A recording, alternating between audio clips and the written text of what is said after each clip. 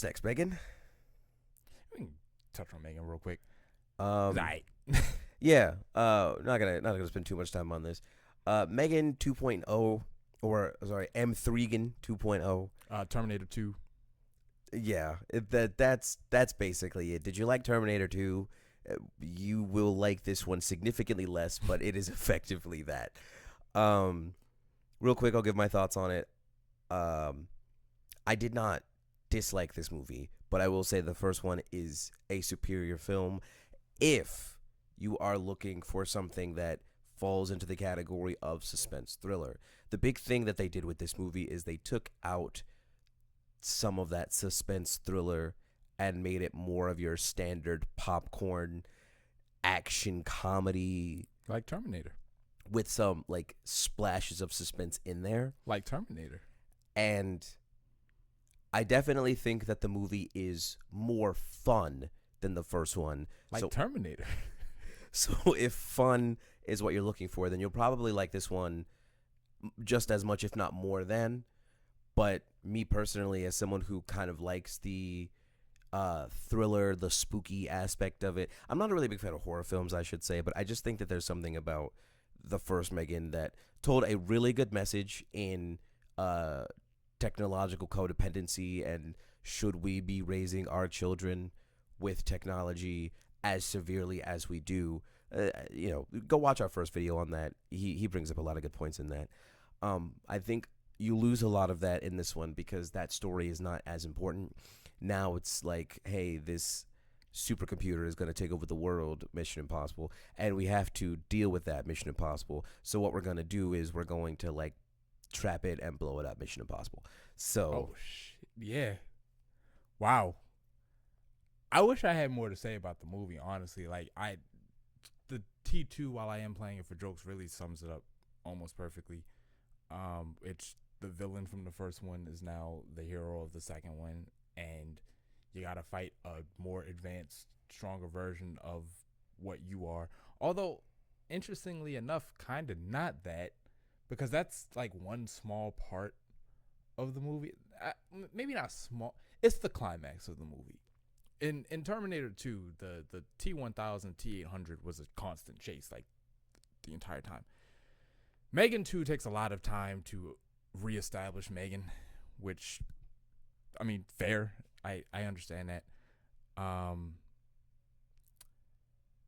If it felt like they spent a little too much time on that part and not enough time on the what is supposed to be the fun part.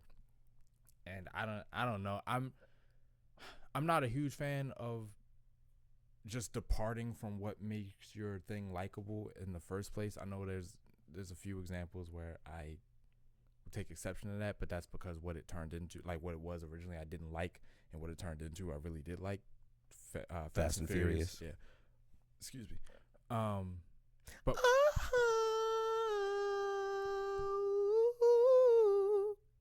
this woman's work, this woman's work. Yeah, so that happens in the film, by the way.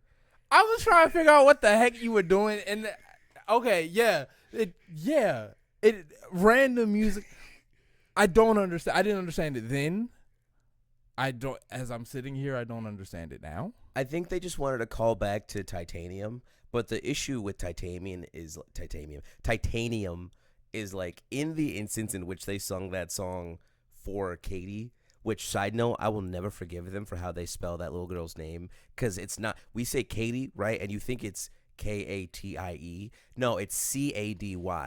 And I want to burn Blumhouse to the ground for that. Anyway, when she's singing that to Katie in the first song, it's like, okay, I can understand.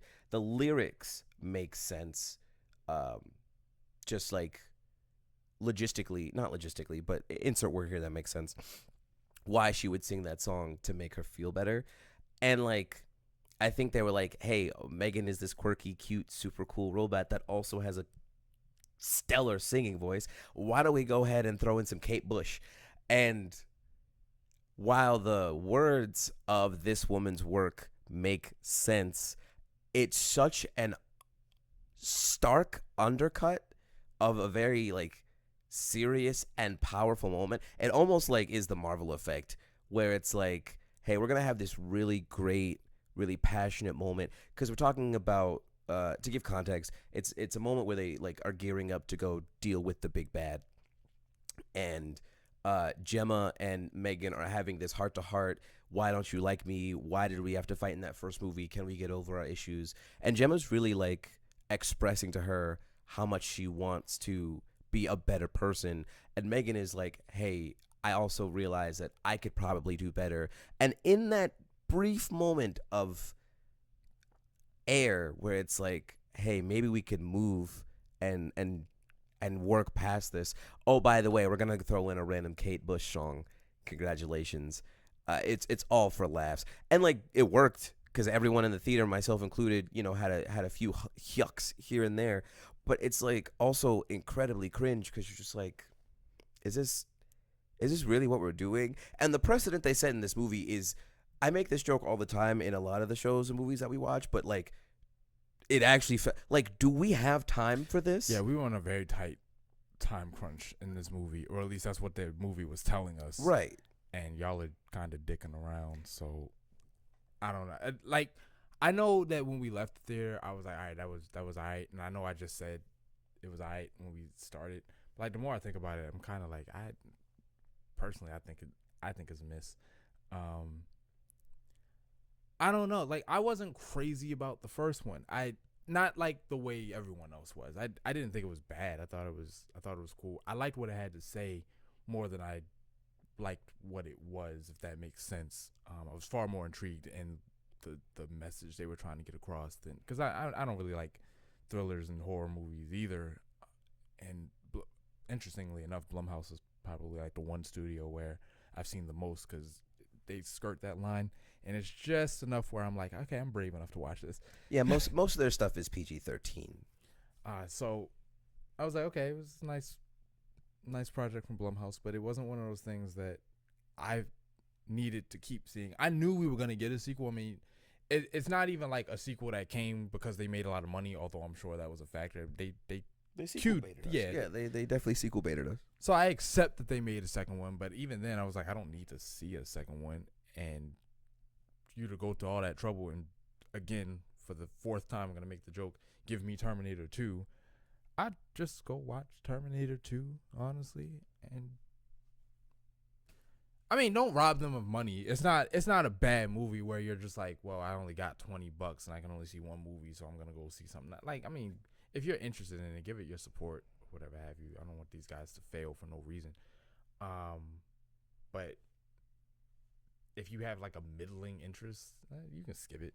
Yeah, it's definitely like, if you really love the first Megan movie, depending on whatever your reasons were, you will either really like this one because it's more Megan, or you're really not gonna like it because it doesn't follow the same formula that the first one was. Word. I think we can wrap that one up. What you want to do